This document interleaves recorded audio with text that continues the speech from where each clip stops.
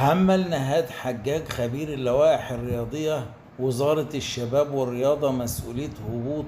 النادي الإسماعيلي إلى دوري المحترفين، مؤكدا أن ما حدث للدراويش جاء نتيجة الأوضاع الإدارية التي مر بها خلال الفترة الماضية في ظل غياب الحلول الحاسمة لإنقاذ فريق الإسماعيلي. وقال حجاج إن النادي الإسماعيلي لن يكون بإمكانه إجراء أي انتخابات جديدة قبل مرور عام كامل وفقا للوائح المنظمة ولقوانين اتحاد الكرة، وهو ما يزيد من تعقيد المشهد الإداري داخل النادي الإسماعيلي في المرحلة المقبلة.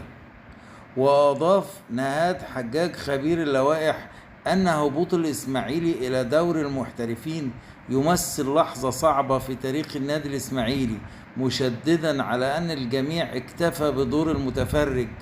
دون اتخاذ خطوات حقيقية للحفاظ على أحد أعرق الأندية المصرية من الهبوط إلى دور المحترفين.